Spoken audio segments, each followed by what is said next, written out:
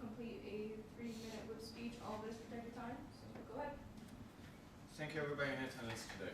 Okay, I'd like to begin today with an observation. Today's world has changed. Everyday life is no longer insulated and local. We are in a global society. We can talk and see a person all the way on the other side of the globe instantaneously. We can learn about advanced concepts with easily accessible resources.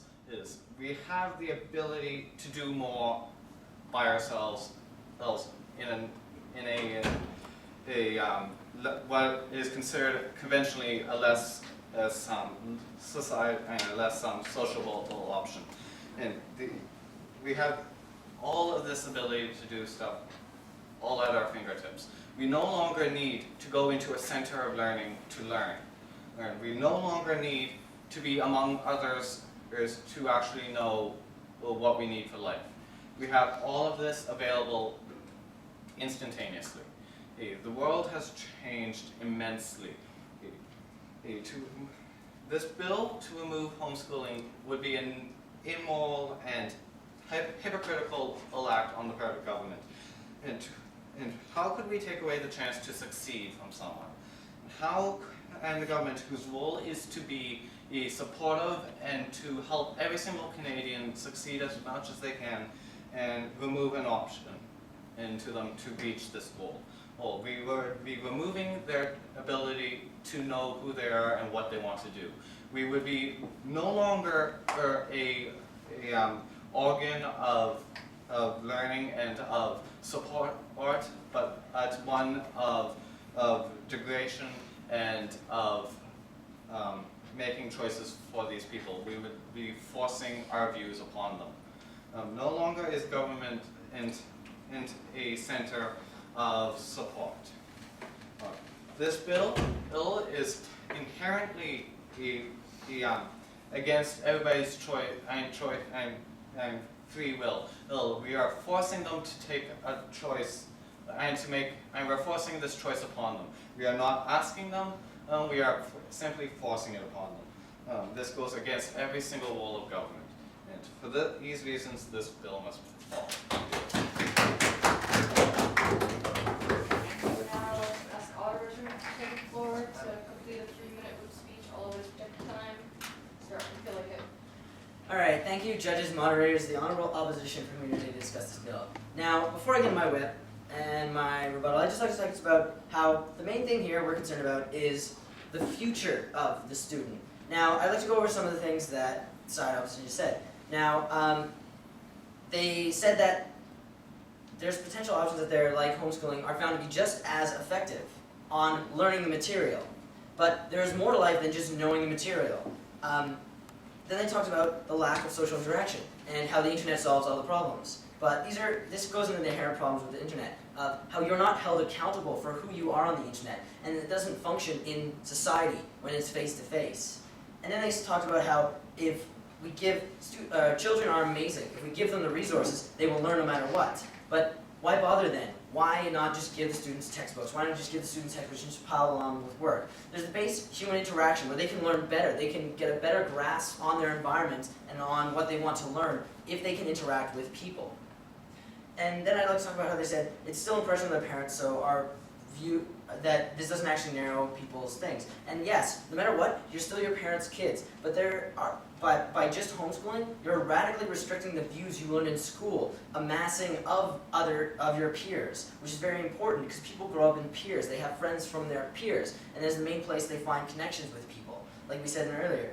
And this totally destroys any chance people have in expanding their horizons and exploring their liberties they would gain by interacting with peers and individuals on a personal level. And then they talk about how people are more comfortable at home. And while being comfortable is nice, always being comfortable can inherently lead to damages.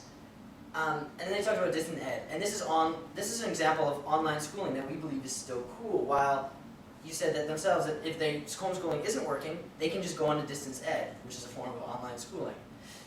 And then they talked about this, So up so far has told us that you can still socialize, you can still all gain these things and get a learning and survive through the level of high school from home. But what we're looking for is the future. That is what you have to deal with. As the producer of the online avatar game Second Life said, somebody who makes money off absorbing people into his game, is you can never replace a handshake, no matter how hard you try. As Psychologist said, you no longer need to be among others to learn, but you need to be among others to thrive in society, to our society, our modern society. You can't just sit in a room and become a millionaire. You can't just sit in a room and self-actualize. You can't find who you are if you are constantly in the same place. I mean, you can go to these other public functions, but these other public functions are generally restricted to a small group of people, a narrow section of people. So we believe that this bill is necessary to broaden the horizons of students and effectively let people learn who they are with themselves and with their peers, rather than restricting them to a closed system. Even though it may seem like we're putting harms on people and restricting liberties, these are necessary restrictions we believe we need to fully help people discover themselves. Thank you.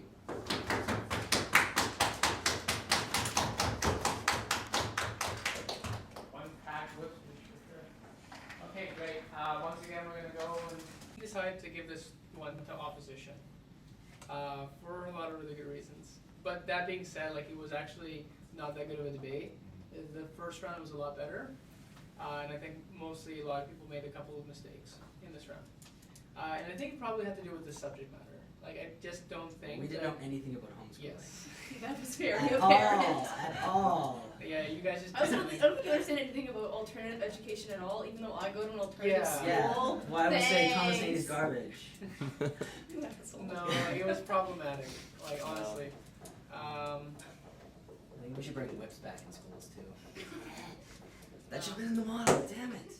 Look, if you want like a functional breakdown of the points that won this debate, like we felt that on both sides you guys like didn't understand that like you both had the same stigma about homeschools, that like they can't interact with people. And I felt as though, Aaron, like you labeled your point specifically, the myth about an antisocial homeschooling thing, right? But like you didn't really harp on the point that like these people have this like peer-to-peer interaction, like they physically meet up with people and they like hang out, right? Like I didn't hear that from your point, and like in reality, in homeschool programs they do a lot of activities like that, so the kids can effectively have these social skills, right? Which was like the big contention of this round. So like social interaction was like a big point that like both sides didn't understand, right? So we kind of had to like throw that away for both sides because there wasn't a lot of comprehension. Yeah, there wasn't a lot of comprehension on either side. So unfortunately, when you take that part away, what you had left was like kind of arguments that like were inherently throwaway, like they weren't touched on.